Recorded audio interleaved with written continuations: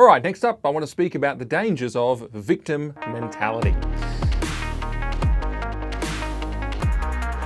The reason for that is this. I want to make it very clear that my concern around cultural Marxism is not merely theoretical. It's actually quite personal. It's not just about culture wars. This concern is about people first and foremost. Cultural Marxism and victim mentality in general, which is something that other ideologies also perpetuate in some way, but I'm going to keep calling it cultural Marxism for now. This destroys people's happiness, it ruins their psychology, it immiserates them. And let me explain. I want to tell you this. In my late teens, I had to step up and do some work as a youth leader in the church that I was in, teaching kids the Bible, investing a bit in their lives, and that quickly developed into something much bigger. And ultimately became something of what we might call a youth pastor. It wasn't official though.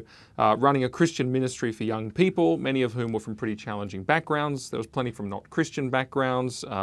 We spent a lot of our time with these kids. They were good friends. And we would go out on holidays in boats and buses and all the rest of it and have a good time. We'd get them, we'd do a Bible study program with one group in particular that went over a few years. We studied every verse of the New Testament or every chapter of the New Testament together. And it was really a worthwhile endeavour. And it was a very major part of my life, if not the major part of my life, certainly for about a 5-year period. Now, over the course of that involvement, it occurs to me that a lot of those young people were from racial minorities. A lot of them were African refugees, were Aboriginal and Torres Strait Islander kids, and other minorities as well. And I kind of got a front row seat to seeing how this victim narrative, this cultural Marxist identity politics narrative played out in the lives of young people. And I want to emphasize with everything that I'm about to say, this only relates to some observations that I had. Plenty of great kids that weren't affected by this in the same way, but there were some that were genuinely affected by it. And I watched what it did to them. I saw this mindset infect the thinking of young people, make them fall into an entrapment of actually resentment and anger. I saw its overwhelming tendency to paralyze them into hopelessness, to make them stop trying, to make them fall back. And you'd come across kids that were full of energy, going from strength to strength. They might even be improving their grades, they might be getting ahead in work, winning awards, perhaps even scholarships. These kids were alive and they were keen. But then they get to high school. Perhaps later they get to university. Then they would be part of broader communities that were hearing the same sorts of messages. And these are messages from their Marxist educators. And the reality is this: it sapped the lifeblood and purpose right out of them. Actually, it made them angry. They lost sight of their blessings, which in some cases were significant, and they only saw their disadvantages, which we all have. They believed the narrative that they would never fully participate in a society that was corrupted by this vitiation of oppression and privilege. And I remember a conversation with one teenager in particular, and he was telling me about the career that he wanted to have, the job he wanted to do, and it was very, very achievable. And I said, well, that's great, and we got talking, but then I realised that even though he genuinely wanted it, he had absolutely no intention of pursuing it. And I queried on that. I said, you can do this. And the response came back, no, I can't. Went through the objective reasons, the academic score needed, the opportunity at a particular institution, etc. Yeah, but I'm black. I said, well, it doesn't matter. There's every race under the sun doing this job. But I could not convince him. I could not convince him that he would not be held back in that role, in that trajectory, by virtue of his skin colour. Which was tragic, because the thing is, every race under the sun is doing that job in large numbers. And he dropped out of his course and never went back.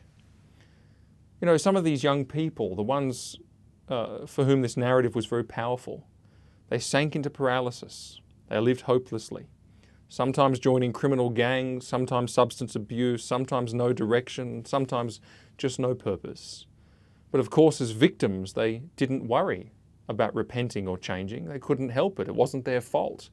They heaped up for themselves sins and transgressions and were driven away from the desire to repent because they didn't believe they needed to, because they were victims and it was the baddies' fault, the oppressors. I saw this destroy families as well. taking away the will of parents to break a drug habit, or to pursue their wayward kids, or even try and get beyond Centrelink, because they believed that this was their destiny as victims of society. It's a tragedy, and it keeps you up at night. It's awful to see. Victimhood and cultural Marxism, they are wicked, they are insidious evils, and I have grown to hate them. Now, we're not supposed to hate people, but I think it's okay if we loathe ideologies which destroy people. It's an ideology of concealed racism.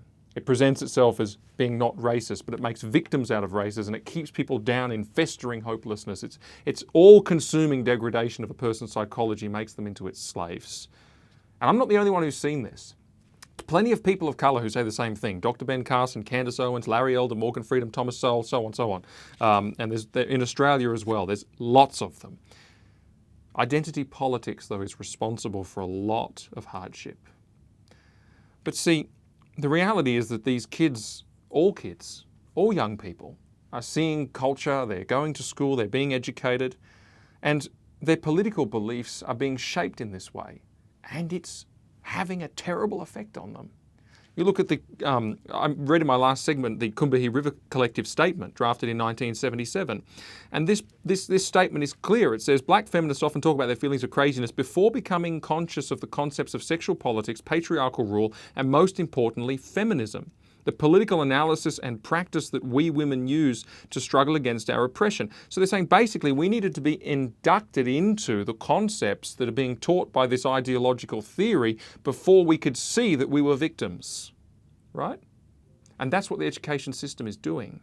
And they go, we realise that the only people who care enough about us to work consistently for our liberation are us.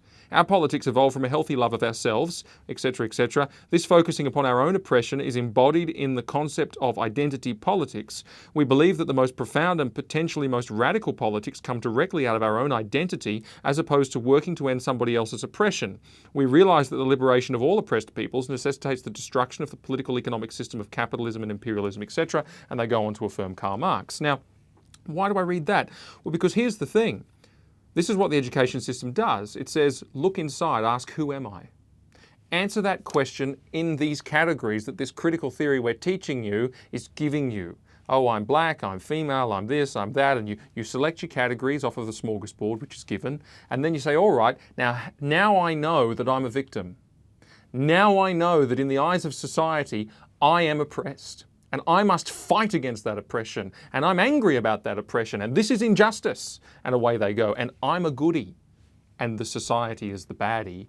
And the people who don't share my characteristics. There's kind of like this narcissistic individualism which flows over into this sort of Marxist revolution. And this is cultural Marxism. It says, who am I? And that brings about a victim mindset. You know, it's a bit like giving a microscope to a biologist so they can see bacteria. You give a kid critical theory so they can see that they're victims. And that's precisely what's happening. But I want to mention two biblical examples that contrast to what's being taught at the moment, to what we're seeing and hearing all around us, especially in the mainstream media, actually. I'd like to mention the biblical example, firstly, of Cain and Abel, and secondly, of Jonah. Cain and Abel, that's the first story really to take place in a fallen world in Genesis 4. And you know, Cain started to see something in his life. He started to see that he and his brother seemed to be unequal in some way, that Abel appeared to have privilege. And the section talks about his favour with God. Maybe he was also the favoured younger son, who knows? But things are good for Abel, and Cain is suddenly becoming aware of this sense that things are not as good for him. So Cain feels that he doesn't have that privilege, and he decides that he's a victim and his situation is unjust. But here's the point, he says it's Abel's fault. And it turns out that even in a society of just one family, there is oppression. But God warns Cain about where his thinking is taking him. He says sin is crouching at your door. Cain had two options. He could take moral agency, he could take responsibility, he could do right, and he could do good. But he took option B. He let sin in that was crouching at the door. It had its way with him. He overthrew his oppressor. He killed him. And that actually was the true beginning of his pain. Do you know something? Every single person faces challenges in life. Everyone. It's part of the human condition that we do suffer, that our situation is not perfect, that life throws up tremendous challenges. Identity politics doesn't know the half of it. They name a bunch of trendy categories and say, oh, well, you might be oppressed in these categories. The truth is, there's far more categories than that. Life is far worse than they think. The fall in the previous chapter, in Genesis chapter 3, has revealed to us that there's no utopia on this earth. Every life faces its disadvantages. But what we do about those disadvantages is a deeply moral question.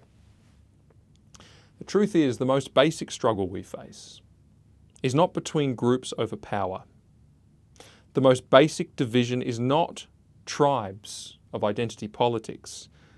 The most basic division is good and evil, and the most basic struggle is the struggle of my own heart and your own heart to do good and shun evil. And the thing that will oppress you more than anything else is immoral behaviour and rebellion against God's goodness. That is the life of true oppression. It was Cain's biggest problem at the start. Read the story, you'll see it. It was an even bigger problem at the end. That is not to say that there isn't genuine struggles in life that are not our fault. It's not your fault all the time. But here's the thing. How you respond is a deeply moral question. That's the lesson of Cain and Abel. The second story is that of Jonah. And you know, Jonah's story ends abruptly with him sitting in a hopeless despond.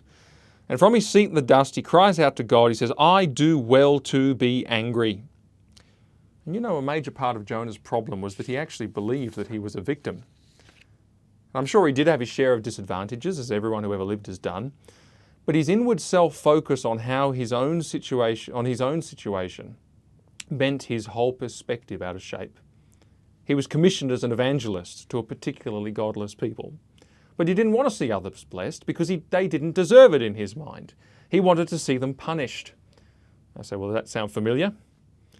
His prayer was heard from the belly of the fish and God saved him. But he ultimately loses sight of that blessing too when he declares, it is better for me to die than to live. The sun was burning his head when he sat out in the dust, but God caused a green plant to grow up and it gave him shade. But Jonah really only remembered and focused on the loss of that plant because he became very angry over it.